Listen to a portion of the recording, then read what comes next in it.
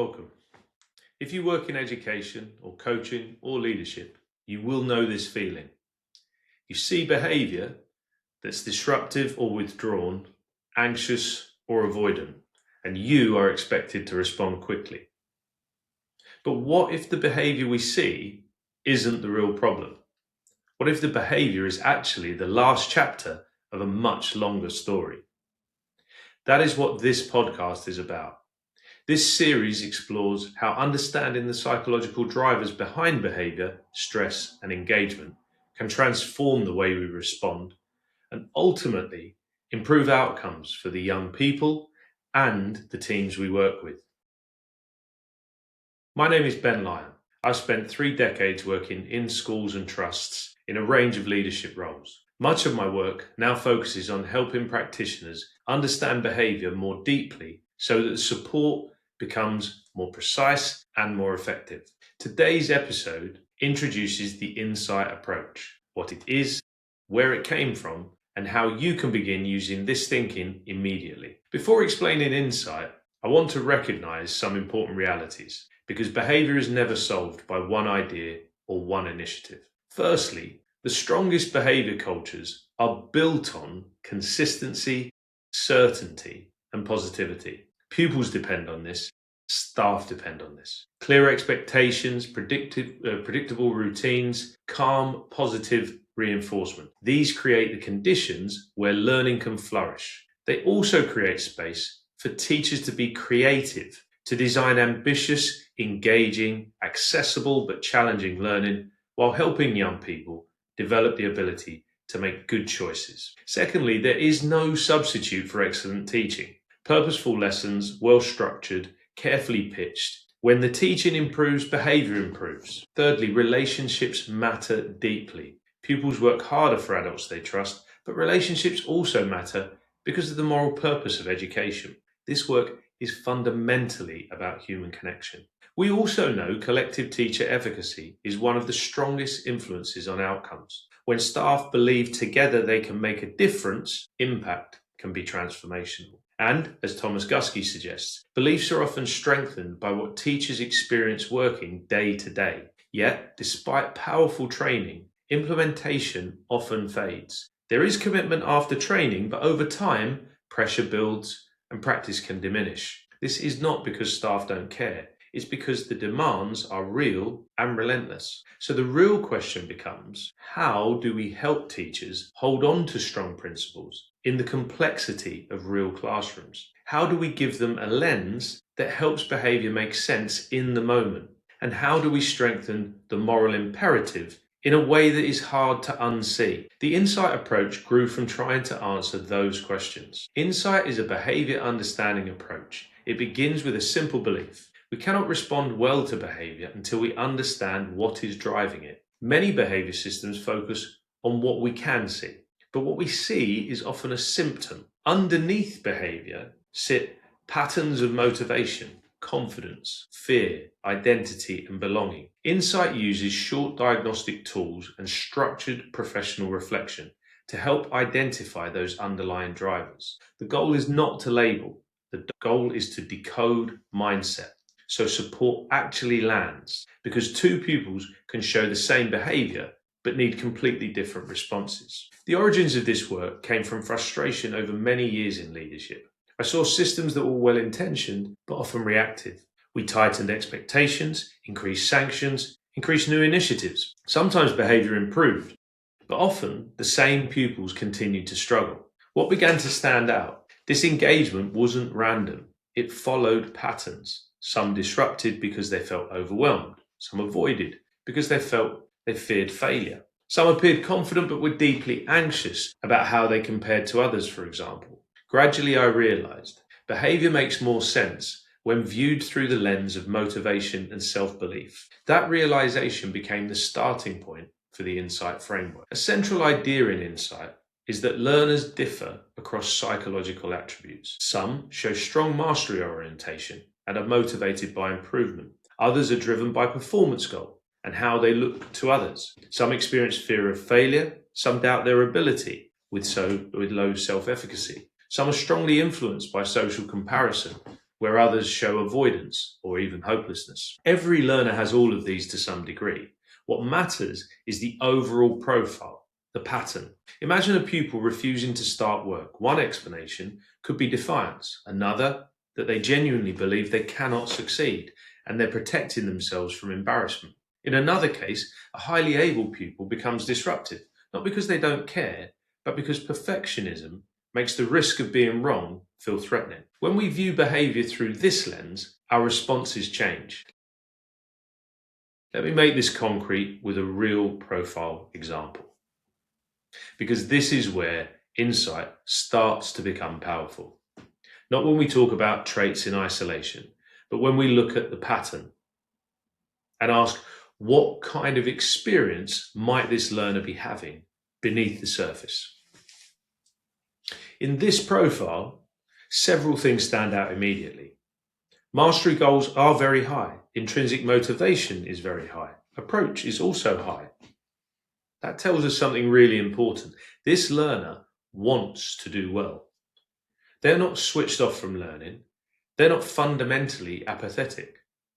They're not mainly driven by rewards or by image. They appear to care about improvement, about getting better, about doing things well. And that matters. Because if we only looked at surface behaviour, we might miss that entirely. We might assume a lack of effort, poor attitude, or low ambition. But this profile suggests the learner is invested. There is real drive here. But now we come to the tension in the profile. Alongside those strong positives, we also see elevated low self-efficacy, elevated hopelessness, elevated self-handicapping, elevated dependence, and elevated discounting. That's a very significant combination. It suggests a learner who cares deeply but doesn't consistently believe that they can succeed, and may sometimes protect themselves when success feels uncertain. In other words, this may be a young person who wants to achieve but doubts their own capacity, who may start with good intentions but lose belief quickly, who may want support but also mistrust it, who may value success but protect themselves from the pain of failure. Let's break that down a little more clearly. High mastery, high intrinsic motivation, high approach. This learner likely wants to improve. They may enjoy understanding things. They may respond to meaningful challenge. They may actually care more than the adults realize. This is not a profile that says I cannot be bothered. This is more a profile that says I care, but something gets in the way. Low self-efficacy is high. This means belief in their own ability is fragile. They may look at a task and quickly doubt whether they can do it, even when they are capable. They may need a lot of reassurance. They may hesitate at the start. They may depend heavily on cues from adults before feeling safe to proceed. Hopelessness is elevated. This is especially important because hopelessness adds emotional weight. It can create the feeling that effort may not really change much. So even a motivated learner can begin to think, what is the point? I'll probably get this wrong anyway. Or this never seems to go well for me. And when that feeling builds, behavior can become defensive, flat, resistant, or just inconsistent. Self-handicapping is strongly elevated. This is one of the clearest protection signals in the profile. Self-handicapping often means building in an excuse before the threat arrives, so that if things go wrong, it doesn't fully expose the self. This can sound like, I didn't really try. This was boring anyway. I forgot my book. I wasn't listening. I only messed around because the task was stupid. On the surface, this can look like defiance, laziness, or indifference. But underneath it can be a shield, because failing after trying fully feels more dangerous, and certainly more dangerous than failing with an excuse already in place. Dependence is above average. This learner may rely quite heavily on adult reassurance, structure, and confirmation. They may appear to need repeated checking in on. They may want someone near them. They may struggle when support is removed too quickly. This doesn't mean we leave them dependent, but it does mean guided release matters. Confidence must be built carefully, not demanded suddenly.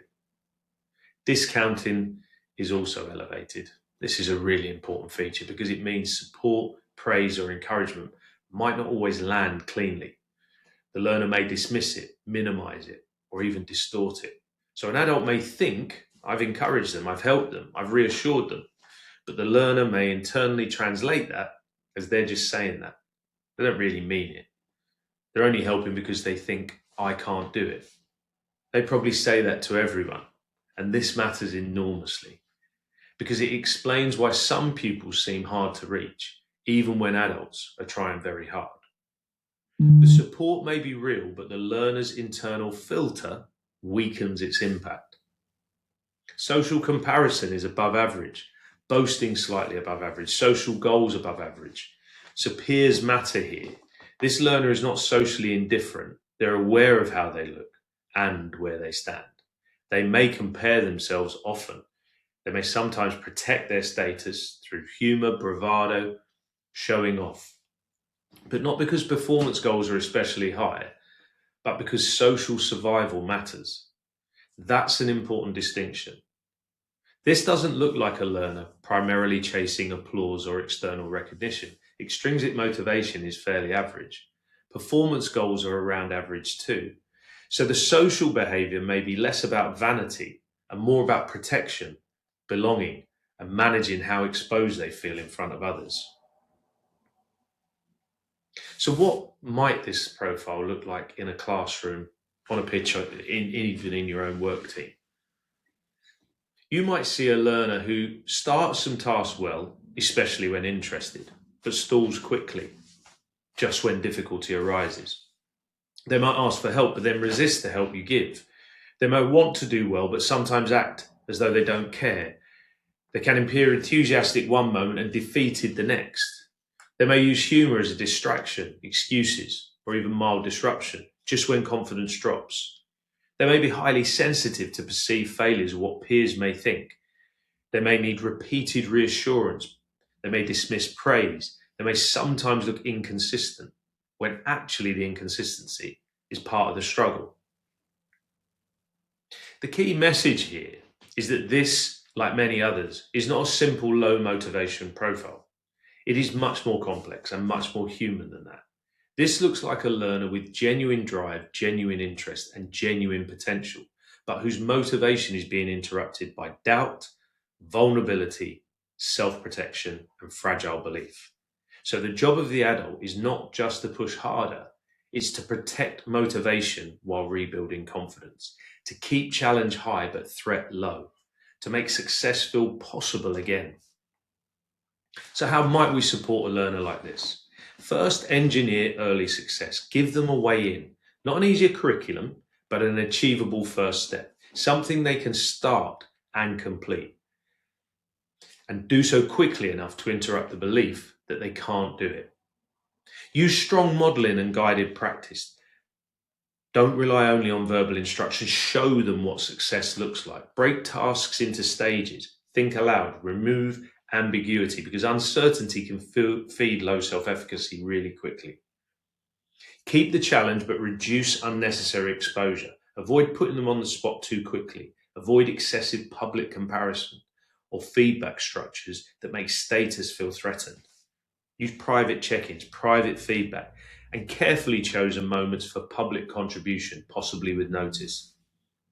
Praise process carefully, be specific, credible, earn, not vague reassurance. Instead of brilliant, amazing, well done, you stayed with that. Your second attempt was sharper.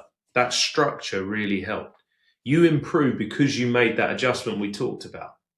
This matters especially where discounting is elevated. Praise needs to feel believable and tied to evidence. Address the self-handicapping without humiliation. Don't get trapped only challenging the excuse. Look underneath it. Hold the line calmly, but keep the message. I can see this feels risky, and I'm still going to help you succeed. The adult stance becomes warm, steady, and not easily thrown. Build independence gradually, because dependence is elevated. The answer is not constant rescue, but nor is it sudden withdrawal. Instead, I'll do one with you. Now you do the next with this scaffold. Now I'll come back in 2 minutes. Now show me what you've got so far. That gradual release helps confidence grow without panic. Notice and challenge the hopelessness. Hopelessness should never be ignored. Not every sign of hopelessness is dramatic. Sometimes it appears as flatness, withdrawal, cynicism, or low expectations of self. Adults may need to lend hope before the learner can hold it themselves. Through consistency, through repeated successful experiences, through not giving up on them, and through helping them see that effort can change outcomes. Protect belonging. Because social comparison is active here, peer context matters. Choose your pairings carefully in class. Use the right role models. Not always the highest attainer, but sometimes the most relatable example. Someone who makes success feel reachable. What I find powerful about this profile is that it challenges simplistic interpretations. Because if this learner became avoidant or defensive or inconsistent, some adults might conclude that they're not motivated, that they're lazy, that they're negative. They just don't want help. But the profile suggests something more precise. The motivation is there, the care is there, the aspiration may be there, but belief itself is unstable and protection mechanisms are active. And once you see that, your language changes, your planning changes, your patience changes, and crucially, your support becomes more likely to land. And that is exactly the point of insight. Not to reduce the learner to a score, but to sharpen professional judgment, to help us understand why the same visible behavior can come from very different internal experiences.